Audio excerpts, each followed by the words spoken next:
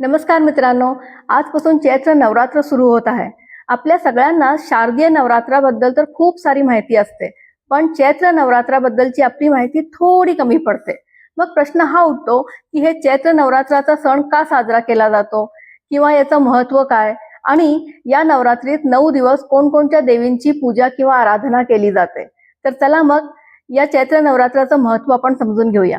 नवरात्र म्हणजे 9 रात्री, ज्यामध्ये आपण देवी दुर्गेचे विविध रूपांची उपासना करतो आणि या उत्सवामागे एक गहन आध्यात्मिक अर्थ दडलेला आहे. हा सण चांगल्या शक्तींचा वाईटावर विजय साजरा करतो. नवरात्रीचे हे 9 दिवस आपल्याला जीवनाचे 9 महत्वाचे धडे देतात.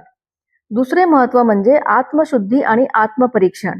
या 9 दिवसात आपण उपवास, जप आणि ध्यानाद्वारा आपल्या मनातील नकारात्मकता दूर करण्याचा प्रयत्न करतो.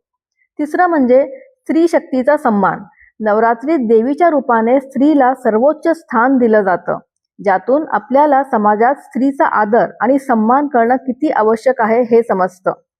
चौथं महत्व म्हणजे नवीन ऊर्जा आणि प्रेरणा. ऋतू बदलाच्या या काळात नवरात्री येते, ज्यामुळे शरीर आणि मन दोन्ही नव्या ऊर्जाने भरले जातात.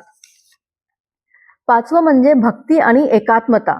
गरबा, दांडिया, पूजा आणि उत्सवांमुळे समाजातील लोक एकत्र येतात, त्यामुळे एकोप्याची भावना वाढते. नवरात्री आपल्याला एक महत्त्वाचा संदेश देते. आपल्या आतली शक्ती ओळखा, नकारात्मकतेवर विजय मिळवा आणि जीवनात सकारात्मकतेने पुढे जा.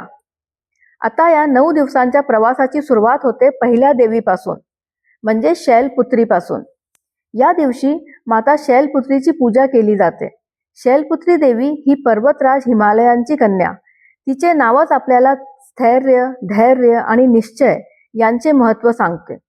या दिवशी आपण आपल्या जीवनातील सुरुवातींवर विचार करतो.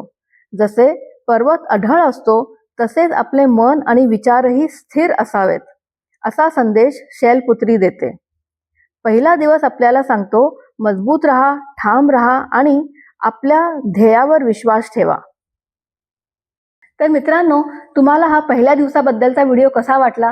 जर तुम्हाला हा व्हिडिओ आवडला असेल तर याला प्लीज लाईक आणि शेअर करा, जेणेकरून दुसऱ्यांनाही नवरात्र आणि देवीबद्दलची माहिती मिळेल.